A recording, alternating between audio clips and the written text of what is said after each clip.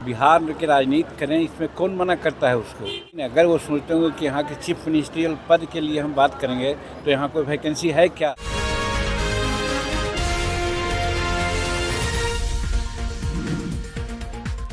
Party के प्रमुख जीतन राम मांझी चिराग पासवान को लेकर बड़ी बात कहती है।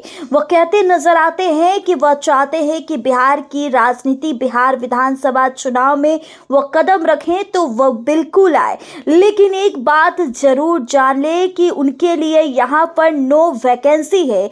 यहाँ पर सिर्फ और सिर्फ नीतीश कुमार के ही नेतृत्व में चुनाव लड़ा जाएगा, चाहे कोई भी आ जाए, चिराग पासवान आ जाए या एनडीए गठबंधन से कोई भी लोग, लेकिन नीतीश कुमार को कोई नहीं हटा सकता और चिराग पासवान के लिए बिहार में नो वैकेंसी है। इस वीडियो में पहले आप जीतन राम मांझी को एक बार सुनिए। बोले हैं क्या उनके जीजा जी अब कोई बोल देते हैं, आप उनके बदले में बोल दीजिएगा तो इसका कोई अर्थ है। कहा था कि हमें बिहार बुला रहा है, केंद्र की राजनीति छोड़ के बिहार अब जाएंगे। जो बिहार की राजनीति करें, इसमें कौन मना करता है उसको। लेकिन अगर वो सोचते होंगे कि यहाँ के चीफ मिनिस्ट्रियल पद के लिए हम बात करेंगे तो यहाँ कोई वैकेंसी है क्या। यहाँ तो तय है कि एनडीए के नेतृत्व में और नीतीश कुमार के नेतृत्व में चुनाव लड़ेंगे। नीतीश कुमार के नेतृत्व में चुनाव लड़ेंगे, अगला चीफ मिनिस्टर भी नीतीश कुमार ही होंगे और 225 सीट हम लोग प्राप्त करेंगे। तो एनडीए 225 सीट प्राप्त करे, इसके लिए बात होनी चाहिए। अगर इसके इतर कोई बात करता है, इसका मतलब है कि एनडीए से उसका कोई बहुत नाता नहीं है। सर प्रशांत किशोर सर प्रशांत किशोर को लेकर कहा जा रहा है, चिराग पासवान और प्रशांत किशोर मिले हुए हैं और फिर से नीतीश कुमार के साथ वही हाल करेंगे जो 2020 में हुआ। देखिए, प्रशांत किशोर से उनका क्या मतलब है मैं नहीं मानता हूँ, लेकिन 2020 और 2025 की बात दूसरी है।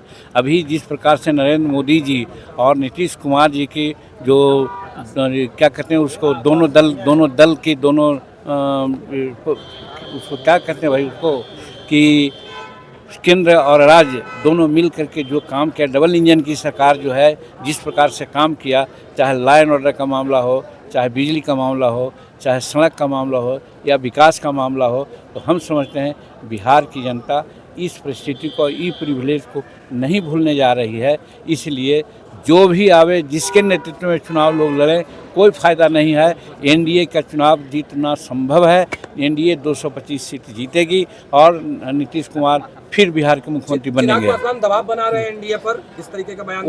ये तो आप लोग कर सकते हैं, मैं नहीं कर सकता हूँ। हमारे छोटे बच्चे के लायक हैं वो, और क्या क्या बोलते हैं, क्या करते हैं, ऐसे तो आप लोग बहुत तरह की बात बोलते हैं। उस बात को मैं नहीं दोहराना चाहता हूँ।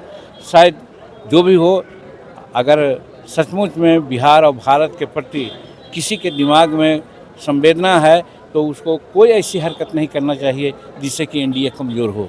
ये विपक्ष कुछ भी कर सकता है, लेकिन ये घटना तो सचमुच में दुर्भाग्यपूर्ण घटना है। लेकिन अगर चुप्पे से कोई आ करके बात करता हो तो ये तो कायरनामा घटना है, कायरतापूर्ण बात किया है।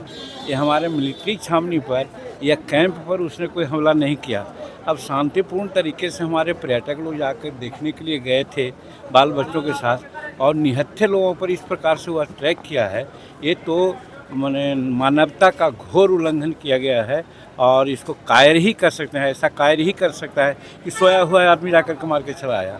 तो इस तरह से उसने किया है। ये कोई बहुत बड़ा काम नहीं किया है या कोई जघन्य बात कह रहे हैं जिसके चलते कि जघन्य अपराध तो किया ही है, और इस पर जितना भी हो सके कड़ा से कार्रवाई करना चाहिए भारत सरकार को। और है, पहले भी देखा गया है कि भारत सरकार इस प्रकार की घटना हुई है तो पाकिस्तान में घुस करके मारा है।